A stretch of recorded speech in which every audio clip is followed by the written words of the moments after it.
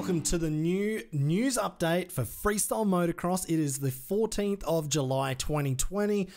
I know I've spoken about this before, that it was going to happen, and I've had a fair few people asking me about freestyle news, and I'm finally doing it. I don't know how often it's going to happen, probably just when news comes up, to be brutally honest, but at the moment there's a lot of news, so let's get stuck into it. This podcast is brought to you by the legends at Rothaus, the brewery that makes this awesome Tannenzaepfle and Tannenzaepfle alcohol-free beers that I am just so stoked to be drinking right now, that are going to get me through this podcast and get me through this news update. I probably should have a video on just to show you what a real news update should look like. But thank you very much to Rothaus for their continued support of the Riders Lounge podcast. So to kick off the news right now, I guess we're going to start with events. And as you know, we're in the middle of coronavirus. Everything has just gone to crap. And so have all the events. And basically there's a whole lot of freestyle riders at home. There's a whole lot of fans wanting to see action. And the two just can't happen. Not yet anyway. But we're still hoping for new events very soon. So for Night of the Jumps, the World Championships should start on September the 5th in Basel, Switzerland. October 10 in Cologne, Germany, and November the 1st in Munich, Germany. So 3 events still on the books for the World Championships for 2020. Still looking at a couple of other events in November and December. Let's see if they will also happen. The tickets have obviously been on sale for Basel, Cologne and Munich. They were on sale before coronavirus kicked off, so they're still there. Basel and Munich were already postponed to these new dates. Cologne has stayed the same, so fingers crossed that works out perfectly and we can get some freestyle done this year.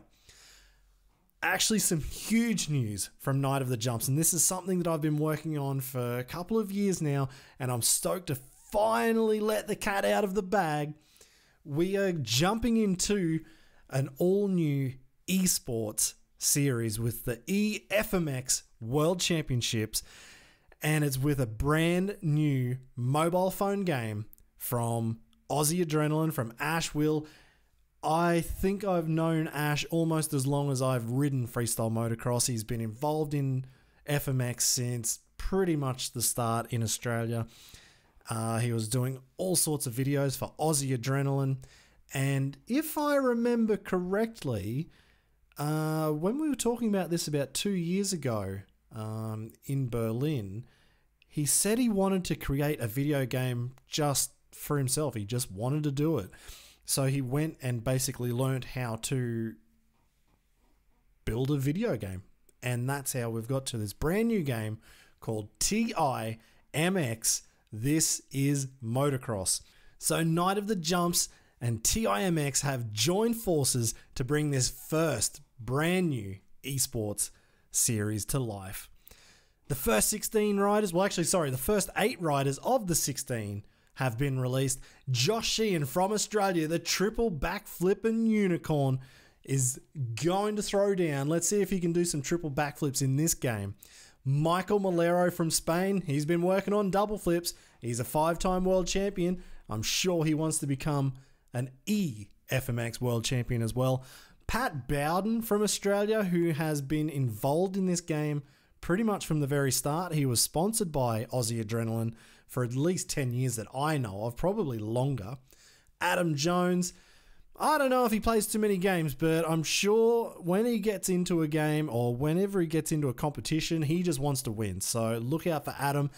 Edgar Torrenteras from Spain was actually number 1 in Mad Skills Motocross 2. It's another mobile game that's probably been out now for like 6-7 years, so it's pretty old school now, but Edgar was number 1 on that. Can he get to number 1 in the new TIMX?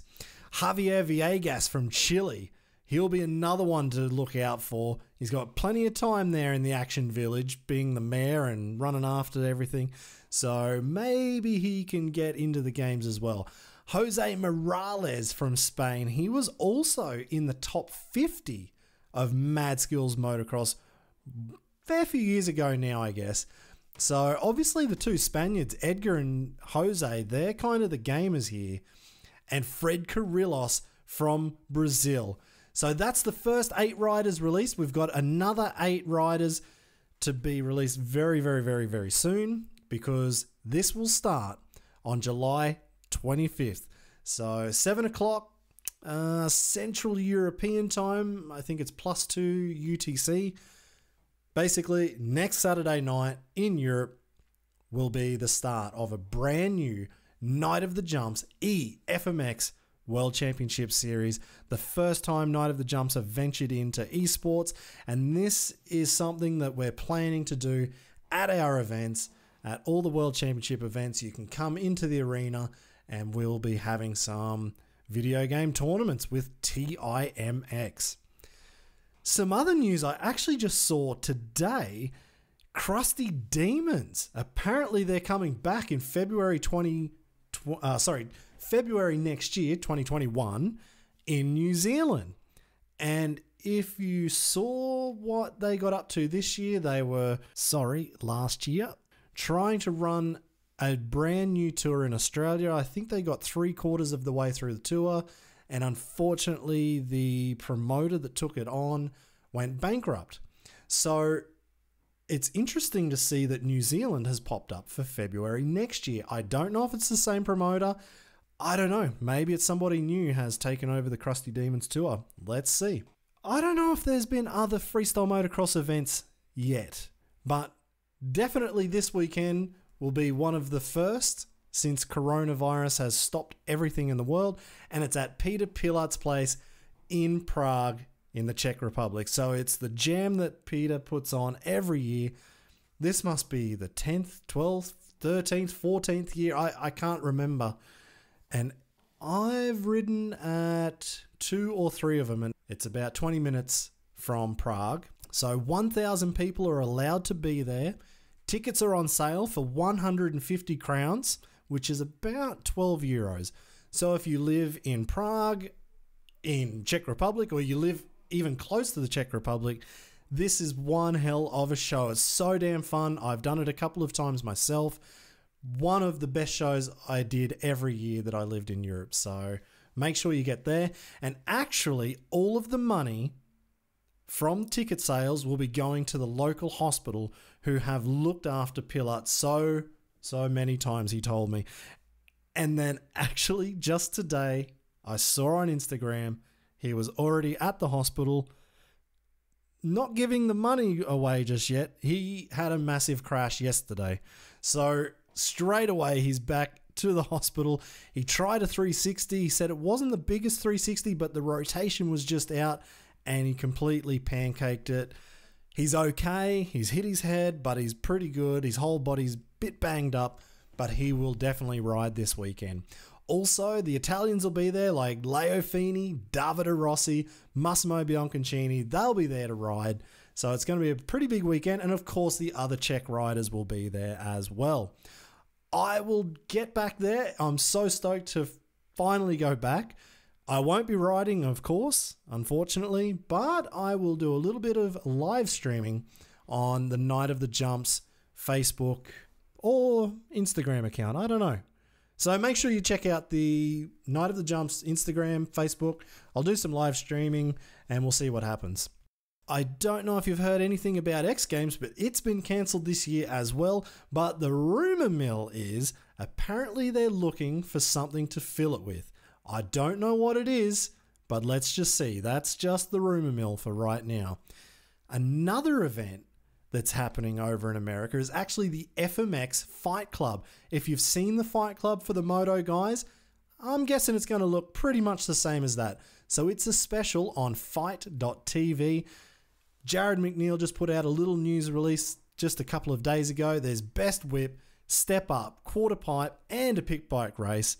And there's 5 names have been released that Jared put up. And there should be a 6th rider as well. So at the moment, it's Jared McNeil, Tyler Berriman, Colby Raha, Tom Parsons, and Corey Creed. Man, there's some free riders in that list. So that could be huge. I can't wait to see what they get up to on fight.tv.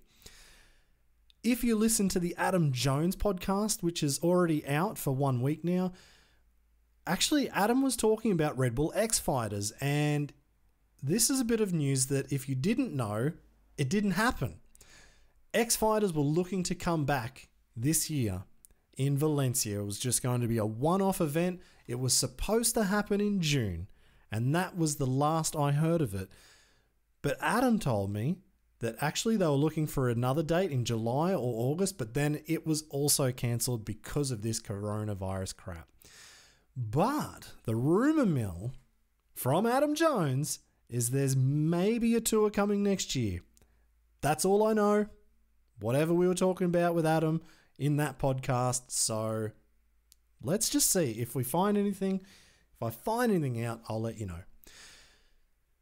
On to another event actually from Red Bull Dirt Diggers. Last year, it was one of the biggest events ever. Like, it was so freaking big, but only 3,000 people got to see it because the local council only let that many people come in, and the footage that came out of it didn't really show how damn good that event was.